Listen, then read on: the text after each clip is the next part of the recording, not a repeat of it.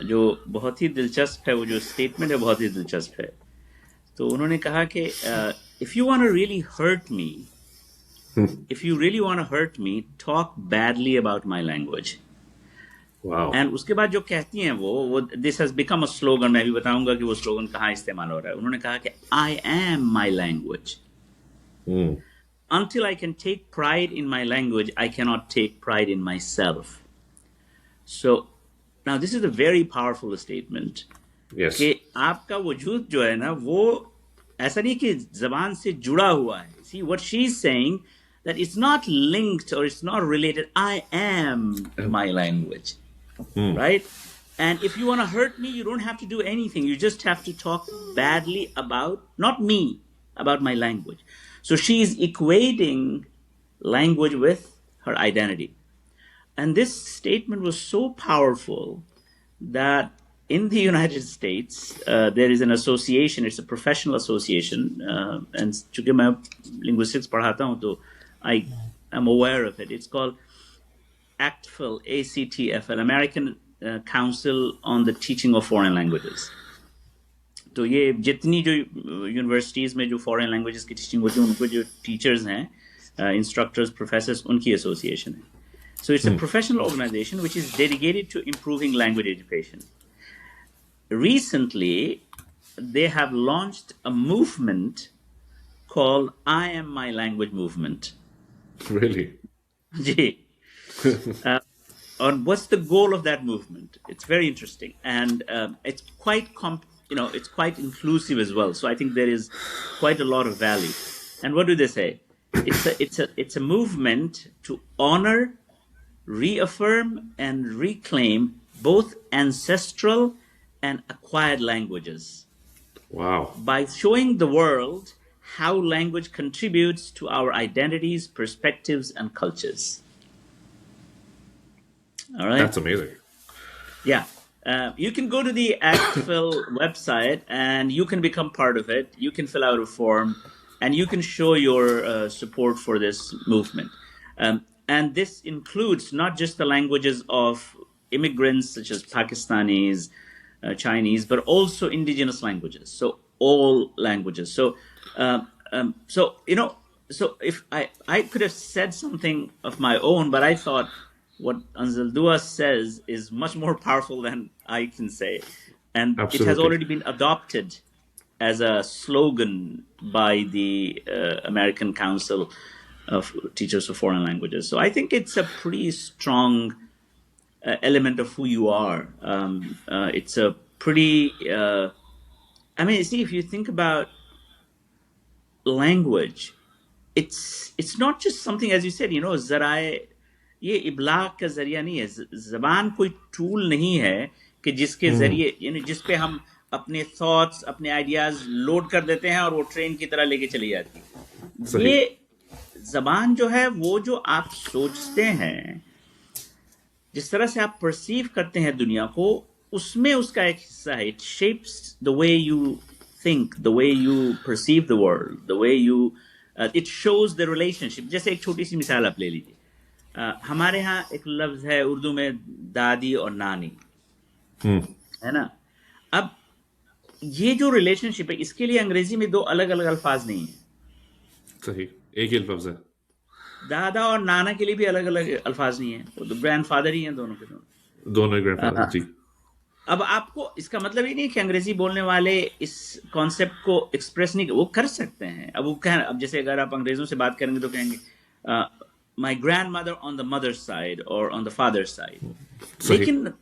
But there has to be something about why in Urdu and many South Asian languages we have two different distinct words. ہم سوچ بھی نہیں سکتے کہ صرف دونوں کو ایک جنیرک لفظ سے ایڈریس کریں اور بعد میں ہم کوئی ایڈجیکٹو یا کوئی سینٹینس ایڈ کر کے بتائیں کہ اچھا یہ what I meant was my nani and not dadi. That would be stupid. Right? تو اس سے یہ پتا چلتا ہے کہ the way relationships are organized, the words express those human relationships. So for us, maybe the relationship, the maternal relationship and the paternal relationship are we see them very distinct. We don't see them the same. We have two different words for them. ہے نا.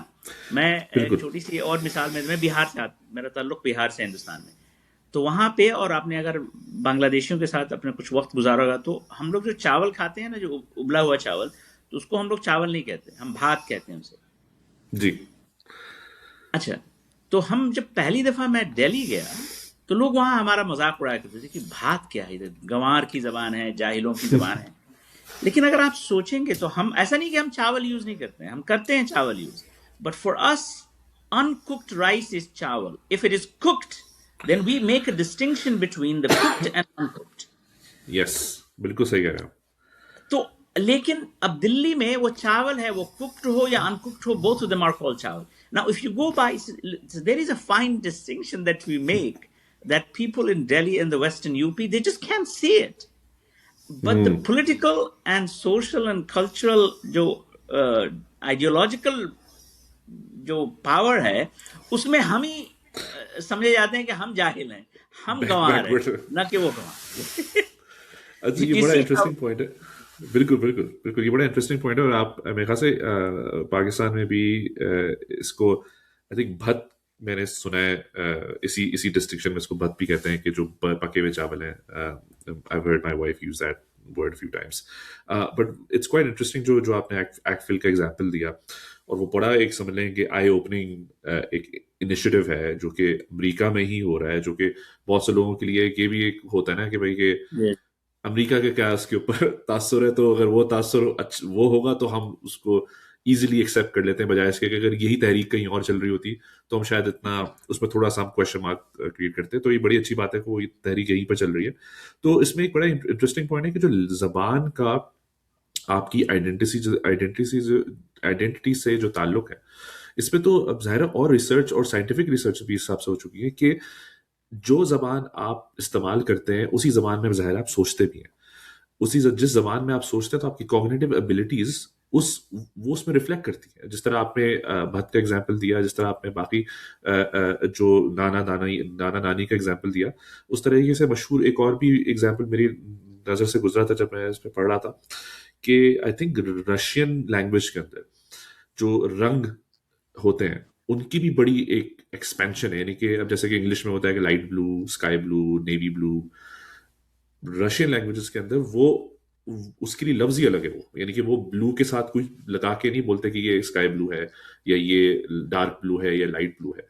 وہ اور وہ پھر reflect کرتا ہے کہ ان کی ڈیپتھ کے اندر کہ وہ کتنا ڈیپلی کوگنیٹیولی وہ سوچتے ہیں. اور وہ ظاہر ہے آپ یہ بھی جانتے ہیں کہ وہاں پر انٹلیکچولی کتنا سمجھ لیں کہ لوگ اوور دا ایئرز وہاں پر آپ کو پائے گئے. It's not a surprise. You think there is a correlation between intellectual success tied with the cognitive abilities of how you think. اگر آپ کی زبان ہی، سوچنے کی زبان ہی آپ کی انگریزی ہے یا کوئی اور زبان ہے، تو اس سے آپ کی انٹلیکچوئل گروتھ پہ بھی فرق پڑتا ہے. یہ بہت اچھا سوال ہے، اور لیکن اس میں تھوڑی تفصیل ہے. وہ تفصیل یہ ہے کہ چونکہ اس کو ایک ریسزم کی طرف بھی کچھ لوگوں نے لے جانے کی کوشش کی ہے کہ if you don't have something in your language that means you cannot perceive it. That's not true. یہ مطلب یہ ایک تھیوری تھا جس کا مطلب ایکسٹریم ورژن یہ تھا کہ اچھا اگر آپ کہ ہاں یہ زبان، اب ایسا تو نہیں ہے کہ انگریزی بولنے والے دادی اور نانی کا فرق سمجھتے ہی نہیں. of course they do. They know that, yes. تو وہ جو انٹلیکچوئل ہے، intellectual thinking is possible in all languages. Any developed language has the ability to express all of the fine distinctions. There may be different ways of doing it.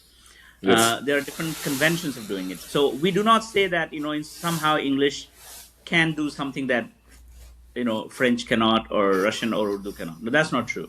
Right. لیکن ظاہر ہے ایک زبان جس طرح سے ایک پرووائڈ کرتا ہے ایک ریلیشن شپس کو ایکسپریس کرنے کا طریقہ وہ الگ الگ ہے. ظاہر ہے مختلف زبانوں میں ریالٹی کو پرسیو کرنے کا طریقہ الگ ہے. مطلب اس کا یہ مطلب نہیں ہے کہ we can not perceive reality beyond what language allows us to do.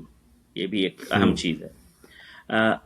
جو زبان کے سلسلے میں مجھے چونکہ آپ نے وہ جو ایکٹ فل کے میں نے جو مثال دی، ایک چھوٹی سی نظم ہے، بڑی خوبصورت نظم ہے اردو کے حوالے سے. چونکہ آپ نے اردو کے حوالے سے یہ سوال پوچھا تھا، جی جی یہ منیب الرحمان تھے، مشیگن میں وہ ہوا کرتے تھے، تو میری ملاقات ان سے وہیں ہوئی. وہ علی گڑھ کے تھے اور اچھا بڑی اچھی نظمیں لکھتے تھے. بہت چھوٹی نظم ہے، اردو کی جو صورتحال ہندوستان میں ہے، اب مجھے لگتا ہے اب اس کو پاکستان پہ بھی آپ اس کا اطلاق کر کر سکتے سکتے ہیں، ہیں.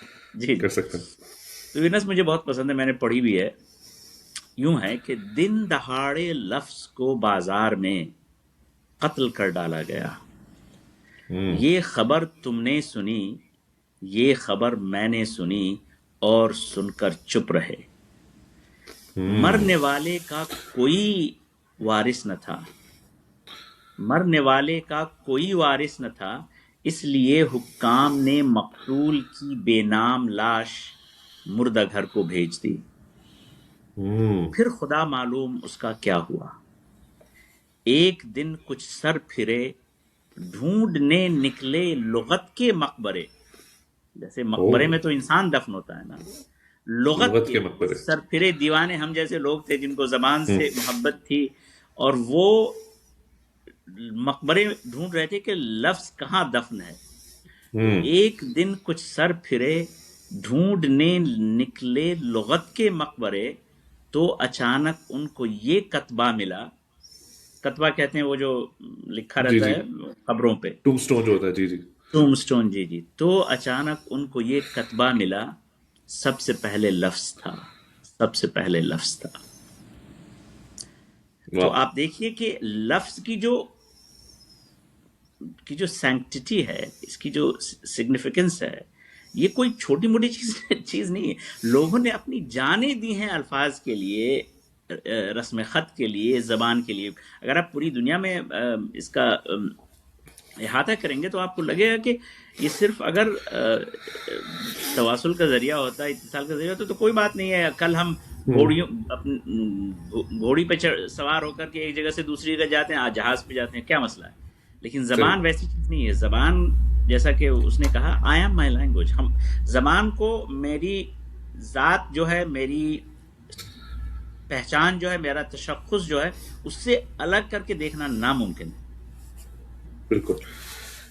اچھا اسی سلسلے میں کچھ اور ریسرچز میری نظر سے گزری ہیں. ظاہر ہے کہ میں ان پہ کوئی کامنٹری کرنے کا میں نہ میں دعویٰ کر رہا ہوں، نہ میں کرنا بھی چاہتا ہوں، اور اسی لیے میں نے آپ کو مدعو بھی کیا تھا اس کے اوپر. اور میں سے دو میں نے ایگزامپلز آپ سے پہلے بھی شیئر کیے تھے.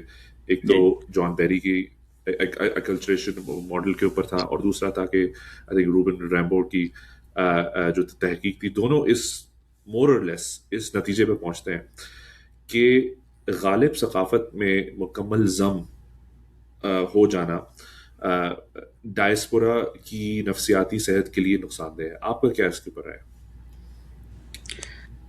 دیکھیے، جو ان کا جو ماڈل ہے وہ بہت بہترین ماڈل ہے سمجھنے کے لیے کہ جب کوئی قوم اپنی جگہ سے، اپنے وطن سے دوسرے ملک جاتی ہے تو کیا کیا امکانات ہیں اس کے لینگویج اور کلچر کے حوالے سے. تو انہوں نے دو فیکٹرز لیے ہیں، اس کو 4 حصوں میں بنایا ہے. ایک ہے ہیریٹیج لینگویج اینڈ کلچر، اور ایک ہے آپ کا relationship with host culture. اور دونوں میں یا تو you can maintain it and seek, so you can maintain your culture, اور you can seek relationship with your host culture. تو اس طرح سے آپ کریں گے تو اس کے 4 میٹرکس بنتے ہیں. اب وہ دیکھنا ہے کہ وہ کون سا میٹرکس آپ کے لیے بہتر ہے. تو اگر آپ اپنا you want to maintain and you are able to maintain your heritage language and you also seek relationship with the host community, host culture, then that is called integration. You have been integrated into the society. So which means, remember that it means that you did not lose your language and identity and culture, but you at the same time you have sought relationship with the host community. This is an ideal situation. Now America doesn't fulfill this criteria. امریکہ کا جو ہے وہ second, America, Australia, all of these. So you do not maintain heritage and culture, your own heritage and culture, but you seek good relationship with host culture. That is called assimilation. And American model is assimilation.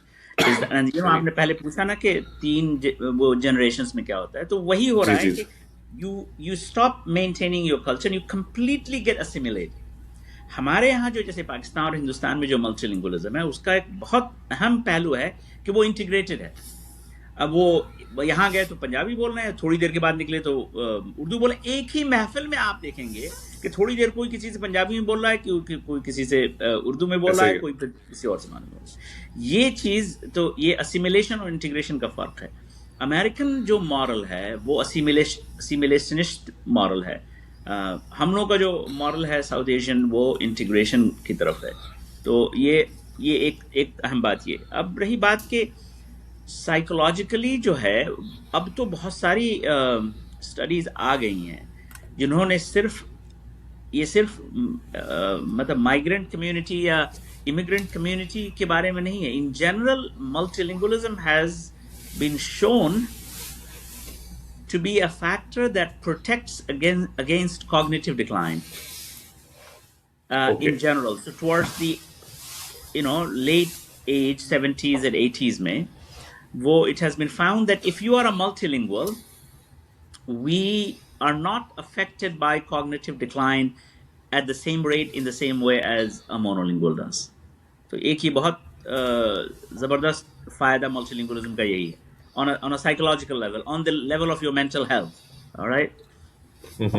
So there is now scientific evidence that bilingualism or multilingualism is associated very strongly with a delay in the onset of symptoms like dementia and all other conditions.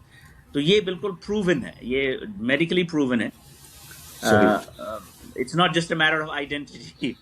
It's not just a matter of شناخت کہ ہماری اب تو دوا بن گئی ہے. ہاں بالکل. تو اب تو اگر آپ اپنا مینٹل ہیلتھ بھی بہتر کرنا چاہ رہے ہیں, وہ اس کی وجہ بھی تو ہے نا. جیسے when you have لینگویج جس طرح سے برین میں ہے, تو multiple things are activated and active at the same time. So which in some sense it's an exercise that you're doing in your brain. So that's the exercise for the brain, right? تو اس لحاظ سے بھی I think it's good to be bilingual. So and bilingual, I don't know, the American model is a bit weird. Like, okay, if nobody's saying that don't learn English. Like everybody is speaking like, ہم تو یہاں ابھی قطر میں ہیں, یہاں لوگ انگریزی بول رہے ہیں, تو امریکہ میں کیوں نہیں بول رہے ہیں؟ تو if your children are, your children will speak English. You don't have to worry about English. If children in Qatar are learning English, then of course in Michigan and in California they will. By learning Urdu, you are adding value to your personality, to your cultural self, to your, you're also equipping your, mental and cognitive abilities to get better. So I don't see why you wouldn't do it. It just, somehow it bothers me that, having, like, if you have two different sets of skills, it's always considered better than having one skill. One skill, yes, absolutely. To have 3 skills, 4 skills. میں عربی بولتا ہوں, میں انگریزی بولتا ہوں, میں اردو ہندی بولتا ہوں. کبھی مجھے تو نہیں لگا یہ کوئی مسئلہ ہے. جب ڈیپینڈ کرتا ہے کہ آپ کو کوئی ذہن میں کوئی زور پڑ رہا ہو, ایسا تو محسوس کچھ نہیں ہوتا. اب ایسا میں نے ابھی کلاس میں باتیں کر رہا تھا اس دن, تو یہ تھا کہ ایسا کبھی نہیں ہوا کہ میں صبح میں میری کلاس ہے, میں گھر سے آیا اور میں کنفیوز ہو کے کلاس میں گیا اور اردو بولنے لگ گیا. صحیح, آپ سمجھ رہے ہیں؟ یا ایسا کبھی نہیں ہوا کہ میں گھر پہنچا ہوں اور جو اکیڈمک انگلش ہے جس میں میں لکھتا ہوں یا بولتا ہوں اس میں بولنا شروع کر دیا میں کنفیوز تھا. I was not paying attention. It never happens. ہمارا ذہن جو ہے نا بہت, we are very smart, we know. And not adults, children, جو چھوٹے چھوٹے بچے ہوتے ہیں نا, بالکل, جو 5 سال 6 سال کے بچے ہیں, وہ بھی اتنے اسمارٹ ہوتے ہیں. ان کو معلوم ہے کہ دادی کے ساتھ کون سی زبان بولنی ہے, نانی کے ساتھ کس طرح کی زبان بولنی ہے, ابا ابو کے ساتھ یا امی کے ساتھ کس طرح کی بولنی ہے, اور پھر فرینڈس کے ساتھ کس طرح کی زبان بولنی ہے. You don't have to teach them. They are smart. They know that, there is a range of variation, sometimes in the same language and sometimes a bunch of languages. تو میرے خیال سے اس میں تو کوئی ڈیبیٹ ہی نہیں ہونا چاہیے کہ learning Urdu, learning Arabic, learning other languages, it's all good. It's going to add to your not just skills but also your personality. It gives you a different way of looking at things. You've sort of answered this question already, لیکن میں پھر بھی چاہ رہا تھا اس پہ تھوڑی سی اور کلیئرٹی ہو جائے کہ جو یہاں پر ایک اور سوال یہاں پر ہو جاتا ہے کہ اگر ہمیں انویسٹ ہی کرنا ہے بچے کی انرجی اور ٹائم کسی زبان پہ، تو ہم کیوں نہ مثلاً فرینچ پہ کریں اور جرمن پہ کریں اور عربک پہ کریں، فارسی پہ کریں. تو اس کو آپ کس طریقے سے دیکھتے ہیں؟ آبویسلی ہم نے بات کی کہ آپ کی شناخت کا وہ حصہ نہیں بنے گی، سیکھ تو سکتے ہیں آپ اپنی ہر زبان، کوئی بھی زبان آپ چاہیں سیکھنا، لیکن ضروری یہ بھی ہے کہ آپ اینکر اس کو شناخت میں کریں. پہلے آپ اپنے یعنی کہ گھر کو درست کریں مثلا، اور پھر آپ ظاہر ہے کہ آپ جتنا بڑا گھر بنانا چاہیں، اس کے بعد جتنے کمرے بنانا چاہیں وہ آپ کی مرضی. تو اس کو آپ کس طریقے سے جواب دیں گے کوئی اگر یہ بولے کہ بھائی میں اردو پہ نہیں کرنا چاہتا، میں باقی کسی بھی زبان پہ کر دوں گا؟ تو فرسٹ آف آل یہ تو کہ بالکل آپ کی بات بہت صحیح تھی کہ پہلے ہم فاؤنڈیشن بلڈ کر لیں، آپ اس کے بعد ایکسپینڈ کرتے ہیں. آپ مجھے کوئی میں بہت خوش ہوں گا اگر مجھے پتا چلے کہ جب فرینچ بھی بچے سیکھ رہے ہیں، جرمن بھی سیکھ رہے ہیں. اچھا، امریکہ کے لیے سب سے پہلے تو آپ اسپینش سیکھیے. صحیح. فرینچ سیکھنے سے پہلے ضروری ہے کہ آپ اسپینش سیکھیے، چائنیز سیکھیے. جی. لیکن سوال یہ ہے کہ اگر آپ کے پاس، تو if you have the resources and opportunities then learn 3-4 languages. میں آپ کو میں کیا بتاؤں آپ کو، جیسے میں عربی بولتا ہوں، مطلب میری زندگی عرب ورلڈ میں، قطر میں اتنی بہترین ہے جسٹ بیکاز آف عربک. وہ مزہ آتا ہے، مطلب کوئی زبان بولنا ایک طرح سے ایک دروازہ کھولتا ہے اس کلچر کے لیے. تو آپ ضرور سیکھیں، لیکن اگر ریسورسز لمیٹڈ ہیں، ٹائم کم ہے، تو پھر آپ کی پرائرٹی کیا ہوگی؟ تو میرے خیال سے اس حالت میں یہ دیکھنا ہے کہ اگر مسلم کمیونٹی پاکستانی، ہندوستانی جو بے ایریا میں ہے، تو ان جی. کے لیے مجھے لگتا ہے کہ Urdu should be on priority number 1. چونکہ اس میں دو چیزیں، ایک تو ایک اسکل بھی آپ کو مل رہا ہے، it opens the door to your heritage and culture. جو آپ کے ماں باپ ہیں، آئی مین اسی learning Urdu for Pakistanis and Indians in Bay Area is learning about yourself, like it's yes. exploring your own history.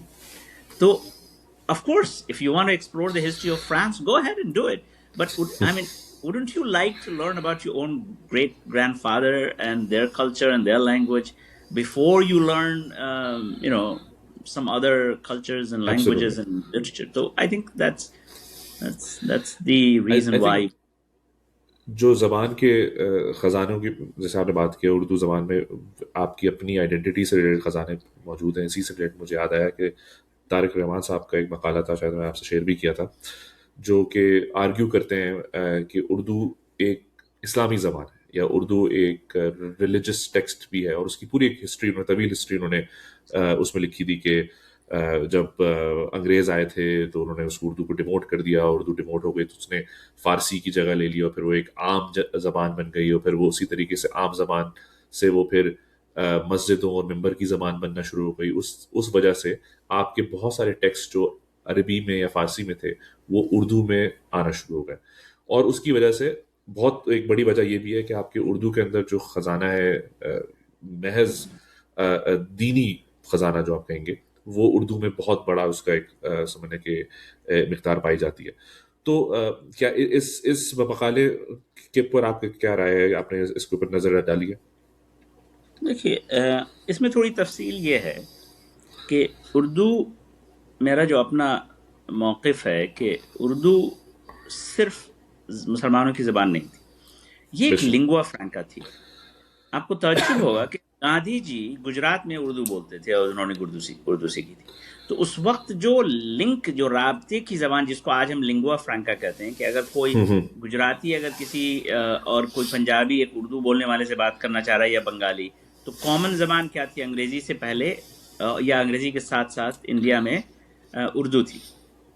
اچھا، صحیح. جہاں تک ادب کا سوال ہے، چونکہ یہ اتنی بڑی زبان تھی کہ اس میں دینی کتابیں، دینی تراجم یہ تو ہیں ہی ہیں، لیکن ایک بہت بڑی تعداد، اب جیسے پنجاب کا علاقہ ہے، وہاں جو ہندو تھے، میں نے پی ایچ ڈی کی دلی میں، وہ ہندو جو آزادی سے پہلے پیدا ہوئے تھے پنجاب کے علاقے کے، وہ اردو اخبارات پڑھتے تھے. ابھی کچھ دنوں پہلے ایک رپورٹ آئی ہے انڈیا میں کہ وہ ایک اردو بیچنے والا اخبار بیچنے والا، وہ صرف اردو کے 3 اخبار ایک شہر میں لے کے جاتا تھا، اس لیے کہ 3 پنجابی وہ آزادی سے پہلے کے تھے، 80 سال سے زیادہ ان کی عمر تھی، تو وہ دیوناگری پڑھ ہی نہیں سکتے تھے. تو وہ اردو میں ہی پڑھتے تھے. یہ ہندو تھے. اور میں نے جن لوگوں کے ساتھ انٹرویو کیا تھا دلی میں وہ بھی اسی طرح کے تھے. وہ تو انہوں نے میں نے اس کا ذکر بھی اپنی اس میں پی ایچ ڈی مقالے میں کیا ہے کہ میں نے ان کے ڈیسک پہ رامائن اور گیتا یہ سب اردو میں دیکھا ہے. وہ ہندی پڑھ ہی نہیں سکتے تھے. اچھا، آریہ سماج جو ہندوؤں کی تحریک تھی اس کا ایک بہت بڑا لٹریچر جو ہے وہ اردو میں تھا. تو اچھا، اردو شاعری آپ دیکھیں تو اردو شاعری میں تو ظاہر اقبال ہیں جو اور بھی اسلامی موضوع پہ بھی شاعری ہوئی، لیکن اسلام موضوع کے علاوہ اسلام کے خلاف بھی شاعری اردو میں ہوئی ہے. اور جو عام زندگی کے جو کی حقیقتیں ہیں ان کا بھی اظہار ہوا ہے. کوئی ضروری نہیں کہ صرف اسلام سے متعلق ہے. ایک شعر ہے اقبال کا. اب اقبال کو ہم کس طرح سے جانتے ہیں کہ وہ اسلامی شاعر تھے، ان کو اس طرح سے پروجیکٹ بھی کیا جاتا ہے انقلابی سے. لیکن جو انسان کی جو بنیادی some of the basic urges and desires that we all have, regardless of whether you're Muslim, you're Hindu, you're Christian, you're atheist, agnostic, whoever you are. دیکھیے اقبال نے اس چیز کو کتنی خوبصورتی سے اس میں کہا ہے. اسی لیے میں کہتا ہوں نا کہ اردو جو زبان صرف یہ نہیں ہے کہ آپ بیٹھ کے صرف کھانے پینے کی باتیں کر لیں، چائے پلاؤ اور بریانی کھلاؤ اور یہ. اس میں جو اب دیکھیے شعر میں کتنی بڑی بات ہے. کوئی دل ایسا نظر نہ آیا نہ جس میں خوابیدہ ہو تمنا. کوئی دل ایسا نظر نہ آیا نہ جس میں خوابیدہ ہو تمنا. خوابیدہ مطلب سویا ہوا.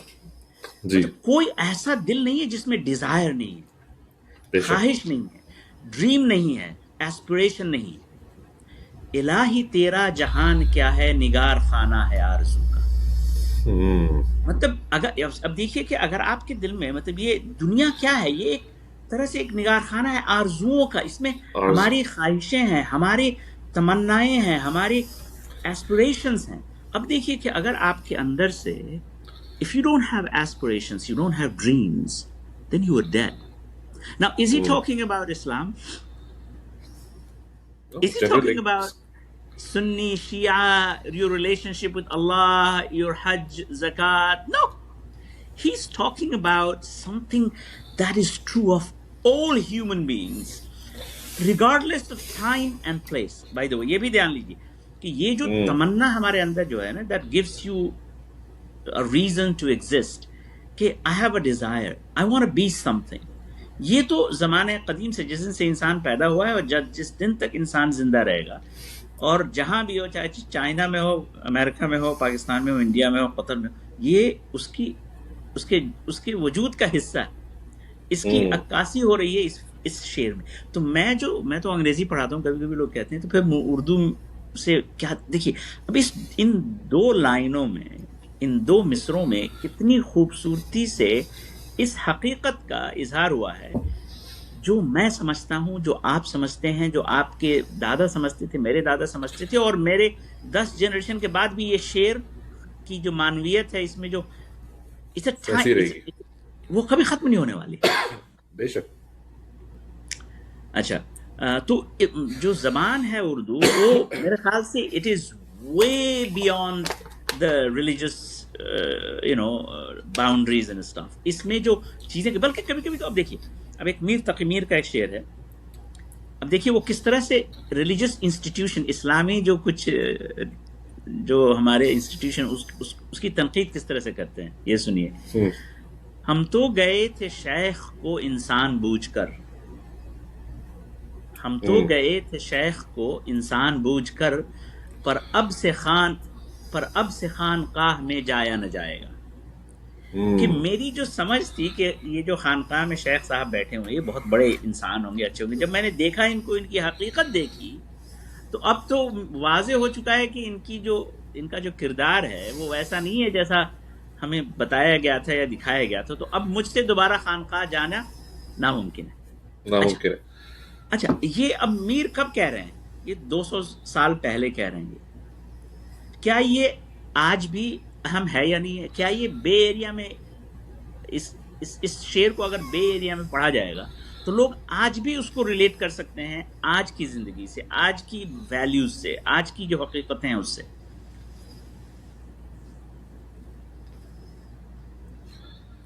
بالکل بالکل. یہ آپ نے بہت اچھا اس پہ سمجھنے کے کامنٹری کی ہے. آخر میں آئی تھنک کنکلوڈ کرتے ہوئے بس آپ کا سمجھنے کی گائیڈنس چاہوں گا میں کہ یہ جو انیشیٹو ہے جس کو میں نے پاسداری کا نام دیا ہے، میں اس طرح کی اصطلاح سے بہت دور رہتا ہوں کہ جس میں بات کی جاتی ہے کہ ہم تحفظ اردو اور تحفظ یہ اور وہ، مجھے لگتا ہے بہت بھاری لفظ ہیں، اور عموماً ہم انہی لفظ کے بوجھ تلے یہ ساری تحریکیں دب جاتی ہیں اور ختم ہو جاتی ہیں، تو میں اس چکر میں نہیں جاؤں گا، لیکن جو کوشش ہے یعنی کہ اویئرنیس کی ایٹ لیسٹ، کہ ایٹ لیسٹ ہم know the poison that you are picking. میں نہیں کہہ رہا کہ آپ کل کو اپنا رویہ چینج کر لیں اور کل کو ہم سب سمجھ لیں کہ بہترین اردو بولنا شروع ہو جائے اور ہمارا فوکس ہو جائے، لیکن ایٹ لیسٹ ہمیں یہ معلوم ہو کہ اگر ہم ایک چیز کو اوائڈ کر رہے ہیں یا ایک چیز کو اگر ہم نے سائڈ لائن کیا ہوا ہے تو ہمیں پتہ ہونا چاہیے کہ اس کی کاسٹ کیا ہم پے کریں گے. پھر اس کے بعد اگر آپ اس کاسٹ کو پے کرنا چاہتے ہیں وہ آپ کی مرضی ہے، اس میں بالکل ہر کسی کو اپنا سمجھنے کی پوری آزادی ہے. تو اس انیشیٹو کے بارے میں آپ کی کیا سمجھ لیں کہ گائیڈنس کیا ہوگی؟ آپ بھی سمجھ لیں کہ ایکسپیٹ کی زندگی گزار رہے ہیں قطر میں اگر دیکھا جائے، اور آپ ظاہر ہے انڈیا سے ہیں، آپ کا تعلق ہے، میں خود باہر رہتا ہوں، تو ہمارے لیے کیا ضروری ہے کہ ہم اس تحریک کو بجائے سے کہ ہم اس کو مزید بوجھ تلے دبائے جائیں، لیکن آسانی سے اس کو ہم کس طریقے سے آگے بڑھا سکیں؟ مجھے لگتا ہے کہ جو زبان ہے ہماری، اس کو یہ تکلیف کی بات ہے کہ اردو بولنے والے لوگوں نے اردو کو وہ اہمیت نہیں دی ہے جو دینا چاہیے. دوسری زبانیں اس کے مقابلے میں، جیسے اگر آپ دیکھیں گے امریکہ میں ملیالم بولنے والے یا بنگالی بولنے والے، انہوں نے تھوڑی زیادہ کوشش کی ہے اپنی زبان کی بقا کے لیے. اور دیکھیے، میں یہ وہ جو تحفظ وغیرہ کا مسئلہ ہے نا، میں اسے یہ دیکھتا ہوں کہ آپ زبان کا تحفظ نہیں کر رہے ہیں، آپ زبان کی بقا کے لیے نہیں کام کر رہے ہیں. میں تو سمجھتا ہوں کہ آپ اپنی بقا کے لیے کام کر رہے ہیں، آپ اپنے تحفظ کے لیے کام کر رہے ہیں. بے شک، اب اس سے اگر زبان کا فائدہ ہو جائے تو یہ سائیڈ افیکٹ ہے، یہ بالکل مین بالکل چیز بالکل نہیں ہے. میں صحیح. اب میں اپنی مثال اگر دوں، میں اردو اس لیے نہیں پڑھتا ہوں کہ مجھے اردو کی بقا کے لیے کام کر رہا ہوں. بہت سارے لوگ کہتے ہیں کہ آپ اردو کی بہت بڑی خدمت کر رہے ہیں. میں ان سے کہنا چاہتا ہوں کہ میں اردو کی خدمت نہیں کر رہا ہوں، میں تو اپنی بقا کے لیے کام کر رہا ہوں. بالکل. میرا جو ذہنی وجود ہے، میرا جو نفسیاتی وجود ہے، my psychological existence, my social existence, my cultural existence, میرا جو ایک وجدانی وجود ہے، جو وہ اس کے بغیر زندہ نہیں رہ سکتا. تو میں بے بہت شک. خود غرض انسان ہوں. میں اردو میں جو کام کر رہا ہوں وہ اپنی بقا اور اپنے تحفظ کے لیے کر رہا ہوں، تاکہ میرا ذہن، میرا وجود، میری شناخت، میرا جو ایک ایگزسٹنس ہے نا، جو پروفیشنل لائف کے باہر بھی ہے، وہ بھی قائم رہے، وہ زندہ رہے، وہ باقی رہے. تو مجھے لگتا ہے آپ جو جس طرح کی محنت کر رہے ہیں وہاں، وہ بہت اہم ہے. اور مجھے لگتا ہے لوگوں کو جڑنا چاہیے. زبان دیکھیے، اچھا یہ بھی اردو زبان ایک ایسی زبان تھی، میں نے کہا نا کہ اس نے سب لوگوں کو یکجا کیا تھا. اس میں اہل تشیع بھی تھے، سنی بھی تھے، میں نے بتایا نا کہ وہ جو ہندو بھی تھے، قوم بالکل. پرست تنظیمیں تھیں وہ بھی تھے، اس میں کافر بھی تھے، ان میں سکھ بھی تھے، ان میں سب تھے. مطلب گلزار دہلوی تھے جن سے میری ملاقات ہوئی، میں نے انٹرویو کیا، وہ پنڈت تھے کشمیر کے. تو یہ اردو زبان تو اٹس ویری ہولسٹک. اس میں وہ فقرہ بندی یا یوں کہیے کہ گروپ بندی اور اس طرح کی یہ سب لوگوں کو جمع کرتی ہے ایک جگہ. تو کم سے کم زبان کی جو خوبصورتی ہے، زبان کا کی جو تاریخ ہے، اور خاص طور پہ جو میں نے کہا ادبی تاریخ ہے، وہ بہت رچ ہے. اور اس میں مطلب ایک شعر آپ پڑھ لیں تو آپ، مجھے لگتا ہے 2 گھنٹے تک آپ کا ذہن جو ہے نا، وہ it reaches a state of happiness and bliss that is not possible with any pills that Oh people yeah, can 100%. take. Do you see what I mean? 100%. Yes, میں yes, آپ کو yes. کیا بتاؤں، یہ آپ کو you have to develop that. تو آپ کو جو ہے نا تنہائی میں ایک دوست مل جائے گا، ایک ایسے شخص یا اینٹی سے آپ ہم کلام ہیں، آپ گفتگو کر رہے ہیں، جہاں پہ ذہن کو زندہ رکھنے کی ساری دوائیاں موجود ہیں. تو مجھے لگتا ہے کہ اس طرح کے جو آپ جو کر رہے ہیں یہ بہت عمدہ کام کر رہے ہیں، اور دوسرے لوگوں کو بھی جڑنا چاہیے. زبان اردو زبان صرف کسی ایک خاص فرقے اور اس کی نہیں ہے. آپ سب لوگوں کو اکٹھا کیجیے، سب کو اکٹھا کر کے جمع کیجیے. یہ زبان it gathers people, it doesn't separate people into boxes. It goes beyond our individual differences that we might have.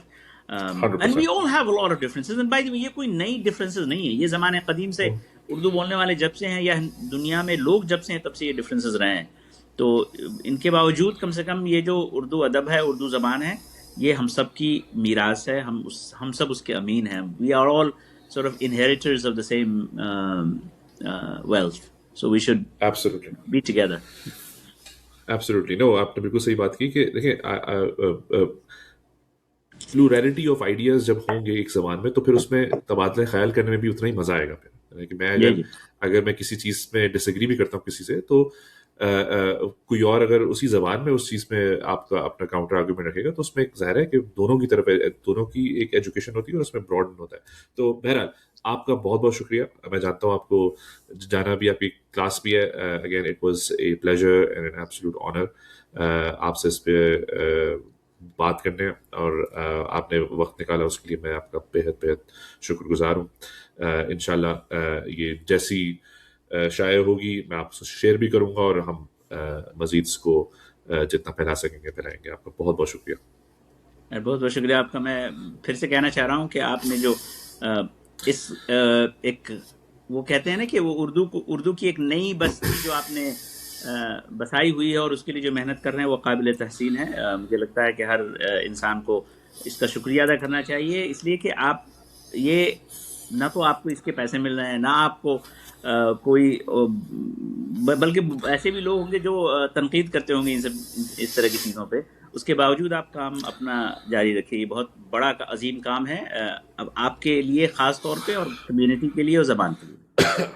اس میں اور اس سے زیادہ میں کیا بولوں کہ ایک ورک ٹرپ پہ میں آیا ہوں سالٹ لیک سٹی اس وقت، اور تقریباً رات 1 بجنے والا ہے. کل میرا آفس بھی ہے، لیکن یہ سب چیزیں ساتھ ساتھ چل رہی ہیں کیونکہ میں ذرا پیشنیٹلی اسی پہ بلیو کرتا ہوں. تو یہ ایک سمجھ لیں کہ پیشن پروجیکٹ بھی ہے، سب کچھ ہے. اگین بہت بہت شکریہ آپ کا. میں جانتا ہوں آپ چلیں. یہ تھی پاسداری پوڈ کاسٹ. اگر آپ جاننا چاہتے ہیں کہ ہم کون ہیں اور ہمارا مقصد کیا ہے تو ہماری ویب سائٹ ملاحظہ فرمائیں pasdarifoundation.org. آپ مجھ سے وہاں یا ہمارے انسٹاگرام پیج جس کا ہینڈل ہے @pasdarifoundation اپنے سوالات، مشورے یا نیک خواہشات شیئر کر سکتے ہیں. میں ہوں زیب زیدی، اور میرا یقین ہے کہ گفتگو اور عمل دونوں ضروری ہے. اگلی بار تک خدا حافظ.